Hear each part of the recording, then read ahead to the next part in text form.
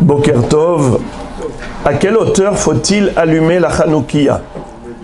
Alors, il faut savoir que l'allumage de la Hanoukia, ça doit être quelque chose qui ne sert pas à éclairer la pièce. Généralement, lorsqu'on veut mettre un luminaire à la maison pour éclairer la pièce, on met la lampe le plus haut possible.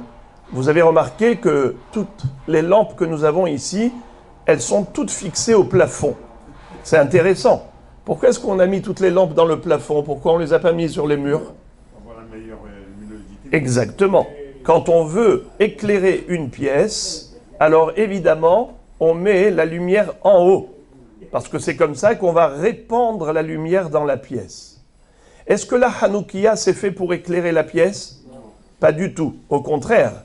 En lanu reshut leishtamesh bahem ela lir'otam bilvad. On n'a pas le droit d'utiliser la lumière de la Hanoukia. Et de ce fait, justement, il ne faut pas que la Hanoukia soit surélevée. Parce que si tu la mets en hauteur, ça veut dire que tu veux l'utiliser pour éclairer la pièce. Alors, quelle est la hauteur adéquate pour la Hanoukia? Qu'est-ce que vous dites? 1 mètre. Bien, bravo. On est limité à 10 tfachim. C'est quoi 10 tfachim? Un tefach, c'est la largeur du poing.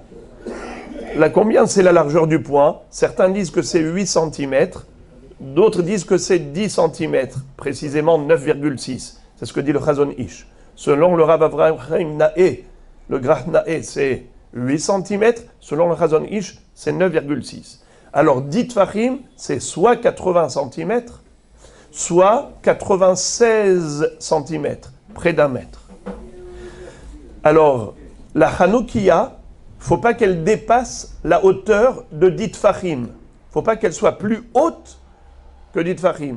Alors, ok, on va prendre la chita qui est plus indulgente, on va dire 96 cm, mais pas plus haut.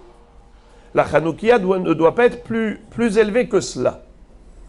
Et quelle est la hauteur minimale? Quelle est la hauteur minimale? Minimale, pas maximale, j'ai dit minimale. Bravo. 3 tfahim, 3 fois la largeur du poing. C'est-à-dire 30 cm, il ne faut pas que ce soit plus bas que 30 cm. Alors répétons, il ne faut pas que ce soit plus haut que 96 cm, il ne faut pas que ce soit plus bas que 30 cm. Maintenant, je vous pose la question. Quel est le din si quelqu'un a allumé la Hanoukia, soit en dessous de 3 tfahim, soit au-dessus de 10 tfahim? Il n'a pas respecté ces normes, ce critère comme on vient de le dire.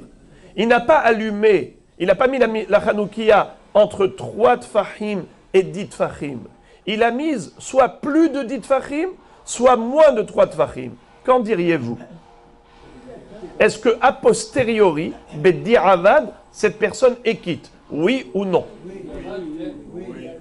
Alors, si vous dites oui, c'est faux. Si vous dites non, c'est faux. Qu'est-ce qu'il faut dire? Il faut dire ça dépend.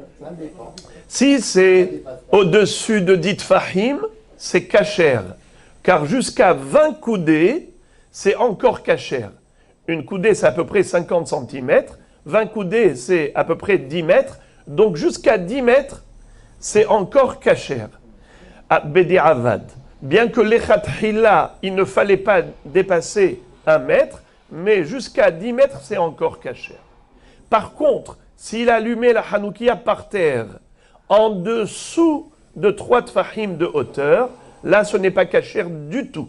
Qu'est-ce qu'il faudra faire? Il faudra l'éteindre, la remettre à la hauteur requise et la rallumer sans bracha.